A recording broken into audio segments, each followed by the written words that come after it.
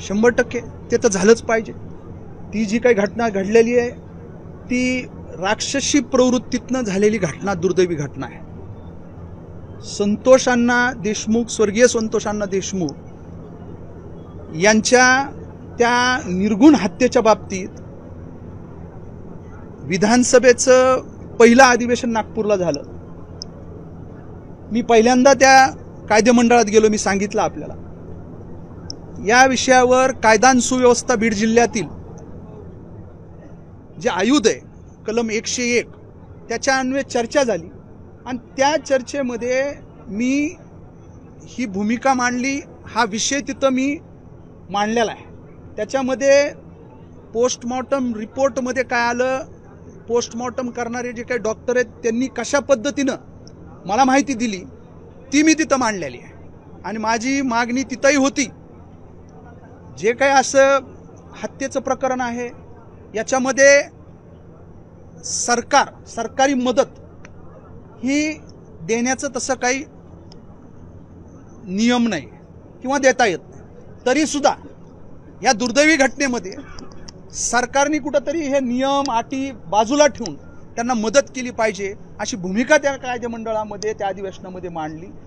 आणि जे कोण याच्यामध्ये दोषी आहेत कुणी असो, या दोषींना टोकाचं शासन झालं तरच या सरकारचा कुठंतरी वचक राहील अशी भूमिका मी त्या ठिकाणी मांडलेली। तीच माझी भूमिका आजही हितही आहे। जे कोण ह्याच्यामध्ये, पहिल्यांदा मी एक सरकारी पक्षामधला आमदार म्हणून मला इथं सांगितलं पाहिजे की ही पहिली अशी दुर्दैवी घटना आहे, हत्येची घटना आहे। त्याच्यामध्ये सरकारने जे आहे SIT पण नेमली आहे, न्यायालयीन चौकशी सुद्धा नेमली आहे, CID कडे तपास सुद्धा चालू आहे। म्हणजे अशा पद्धतीनं जे काय गुन्हेगार आहेत याच्यामधनं यांना कुठलंही हे सुटता कामा नाही, ही भूमिका सरकारची आहे, ती असली पाहिजे। आणि त्याच्यामध्ये जर का कुठली कुचराई झाली तर आमच्यासारखे जरी सरकारमधला एक आमदार असलो तरी सुद्धा माझी तिथं भूमिका ही त्याच्या विरोधात असेल। धनंजय मुंडेंवरती आरोप केले जातात, राजीनाम्याची मागणी केली जाते धनंजय मुंडेंची, तुमच्याच पक्षातील आहेत, तुमच्या सोबतचेच आहेत, काय वाटतं? नाही बघा, तो विषय वेगळा आहे, मला ह्याच्यामध्ये राजकारण मी आणू शकत नाही। जिथं विषय स्वर्गीय संतोष अण्णा देशमुखांच्या हत्येच्या बाबतीत आहे त्याच्यामध्ये माझी ही भूमिका असेल।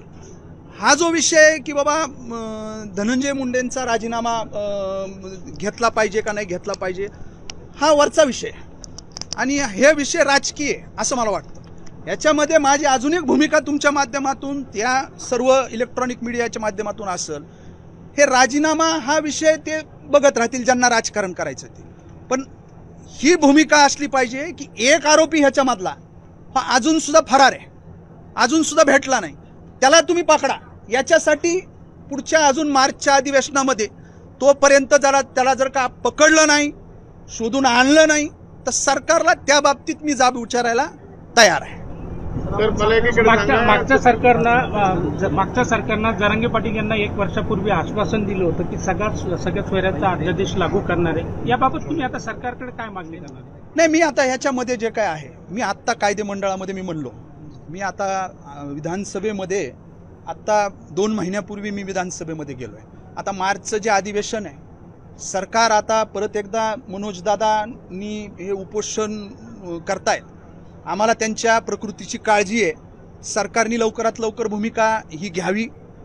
मी सरकारमध्ये दादा असतील, आता दादा बीड जिल्ह्याचे पालकमंत्री आहेत, 30 तारखेला जिल्हा नियोजन समितीची बैठक बीडला होते, त्या दिवशी जे काय आहे मी दादांच्या कानावर सगळ्या गोष्टी टाकणार आहे की हा मराठवाड्यामध्ये कशा पद्धतीनं हा जो विषय हा करणं गरजेचं आहे। गरीब मराठा जो काही आहे, शेतकरी आहे, यांच्यासाठी हा आरक्षणाचा विषय जीव की प्राण आहे, जीवन मरणाचा विषय झालेला आहे। त्याच्यामुळे ह्याची तीव्रता त्यांच्या कानावर टाकणार आहे। मागच्या काळामध्ये सरकार आपलंच होतं, त्याच्यामुळे जे आश्वासन दिलंय सगळ्या सोयऱ्याच्या बाबतीत ते कुठंतरी पूर्ण करण्याच्या बाबतीत आपण आग्रही असावं, करावं अशी माझी भूमिका राहील।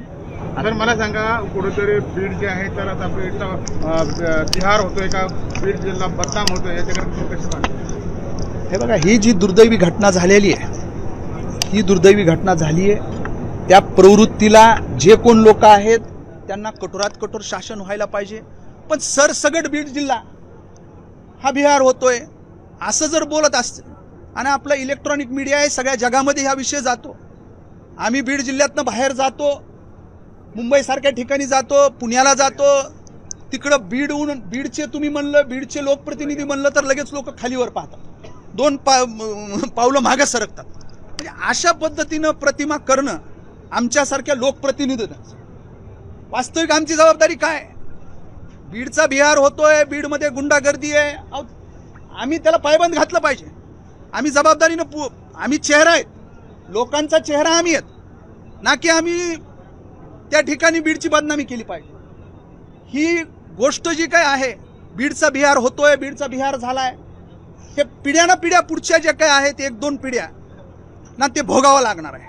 ही बीडची बदनामी होणं सुद्धा मला म्हणायचं आहे, हे चुकीचं आहे. पण तशा स्वरूपाचे व्हिडिओ नाही, मला नाही सांगता येणार. ते जे कोण तुम्ही म्हणताय मला की बीडचा बिहार होतोय, ते असं नाहीये. माझं म्हणणं आहे, बीडमधनं आज आंतरराष्ट्रीय खो खो स्पर्धेमध्ये विजेतेपद आणणारं संघ, त्याचं नेतृत्व करणारे आमच्या बीड जिल्ह्यातील एक माऊली आहे, प्रियंका इंगळे.